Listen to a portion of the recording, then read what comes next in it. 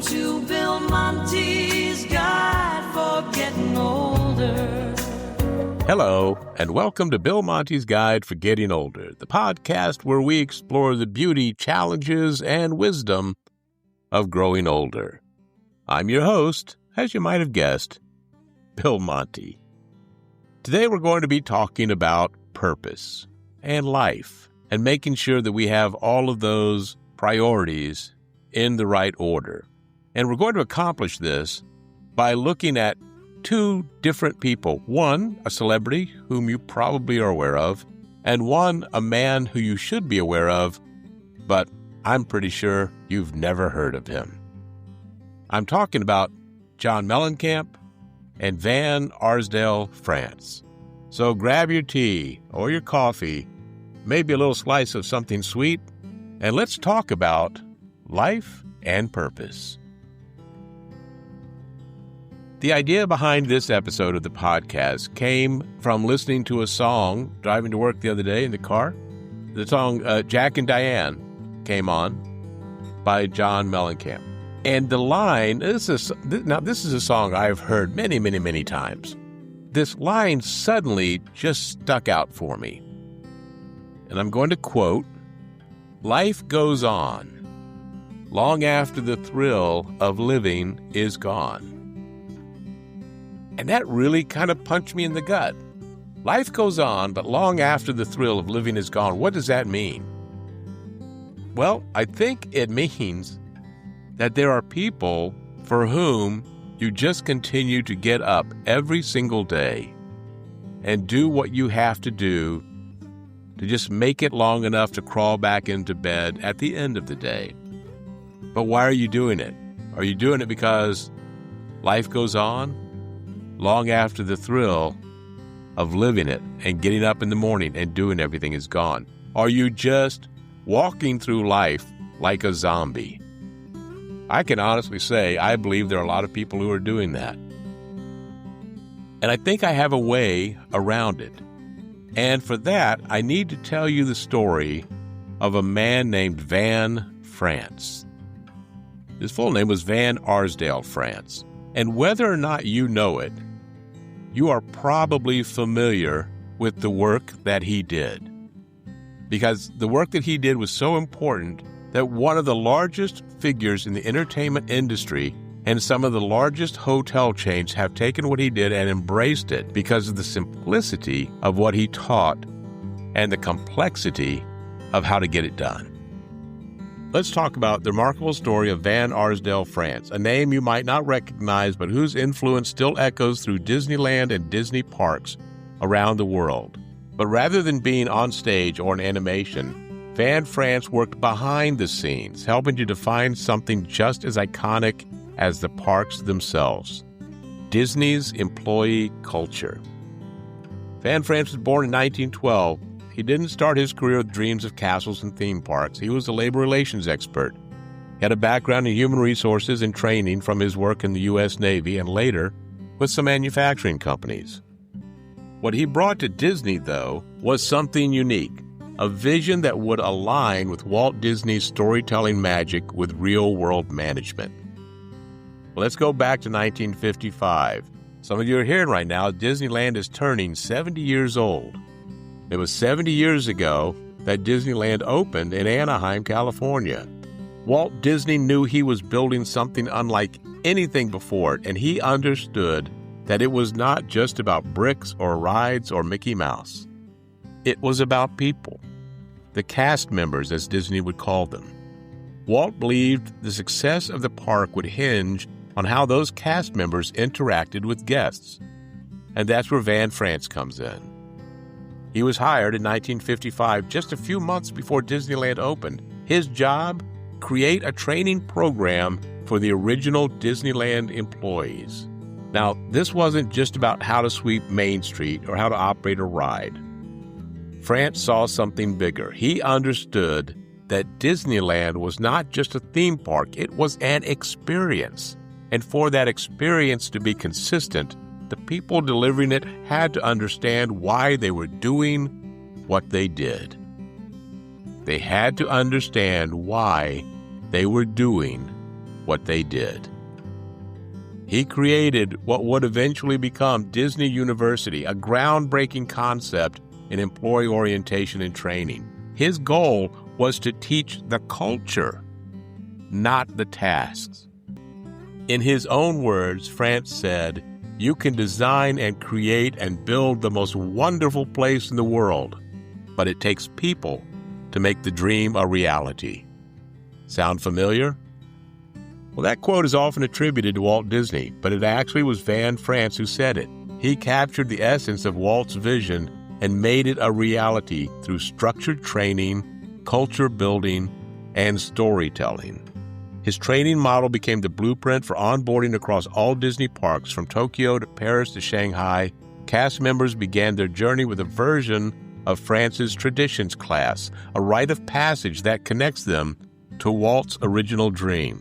But what makes all of this more interesting is how his work influenced the entire service industry. Decades before employee experience and company culture became buzzwords, Van France was championing the idea that happy, well-trained employees create better customer experiences. Today, companies from Ritz-Carlton to Apple borrow from Disney's employee playbook, a playbook that Van France helped to write. So what can we learn from Van Arsdale France and what he did? And how does that fit into today's episode? Well, first, that culture doesn't happen by accident. It's built carefully, deliberately, and it starts with how you teach people about the why behind the work. Second, Van France reminds us that people are the product. At Disneyland, yes, there are amazing rides, but the real magic, it's how you're treated. That warm smile, the helpful hand, the extra touch, that is Van France's legacy. And finally, he teaches us that the best work is often invisible. You might not see the training manuals, the classes, or the systems, but you feel their effects. In many ways, Van France was Disney's architect of experience. But the most important thing that he did, he taught people who were going to work for Disney about purpose. Life goes on long after the thrill of living is gone. What they noticed was, after a while at Disneyland, after Van France got the training program up and running and then he left, he came back and noticed that you could see some of the cast members standing off to the side smoking a cigarette. Some of them, the hair wasn't combed. Their attitude wasn't right. The guy who was walking behind the horses that walked down Main Street cleaning up after them. The person that was helping you park the cars in the hot sun. They didn't exactly seem thrilled with their job. These were not the people getting the accolades and the happy faces of the children and the parents who had brought the children. These were people who were working. How could he get them to understand the importance of being a part of the entire vision for the theme parks? He believed that Disney purpose for employees or cast members was to make people happy. He emphasized that every employee, no matter their role, contributed to delivering a consistent, magical guest experience.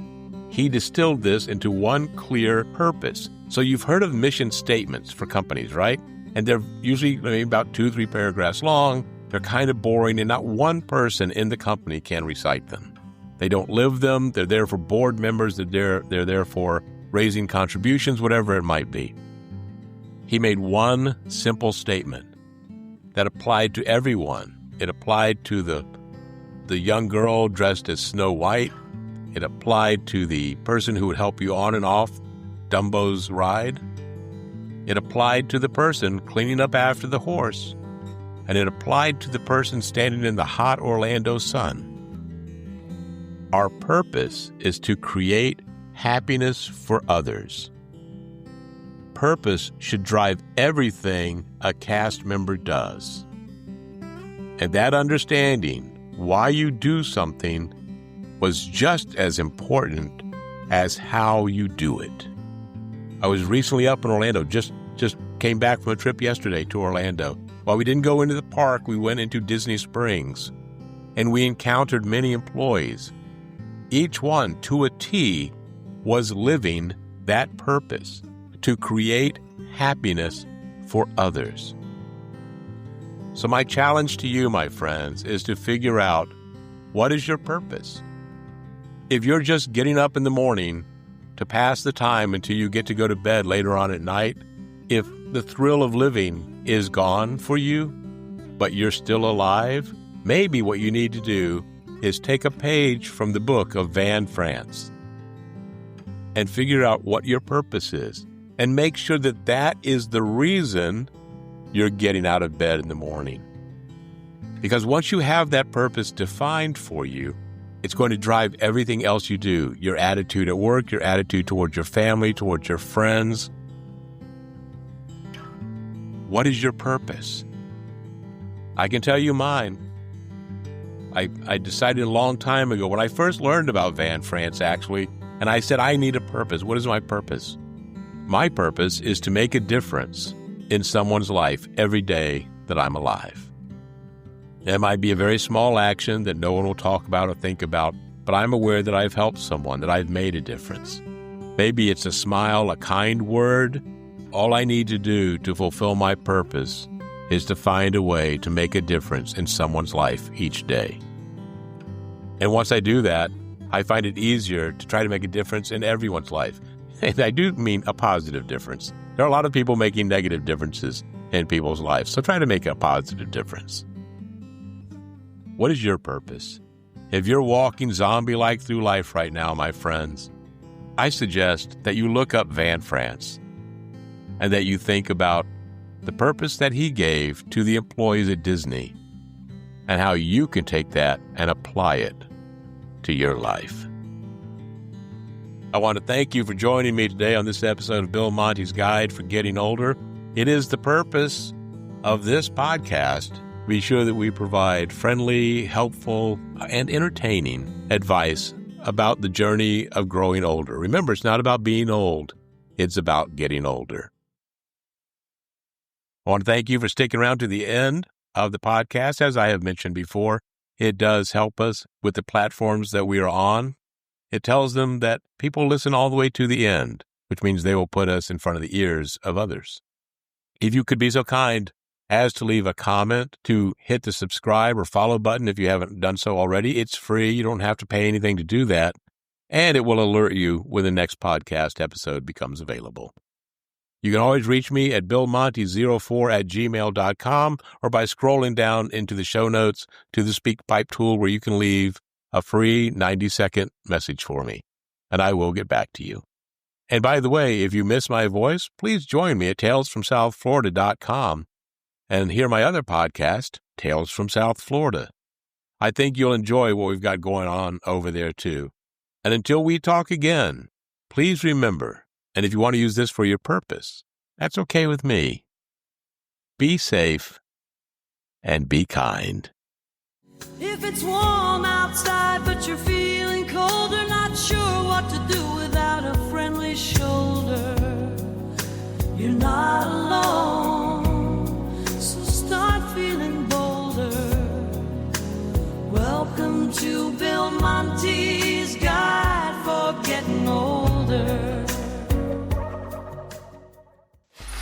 Free audio post-production by alphonic.com.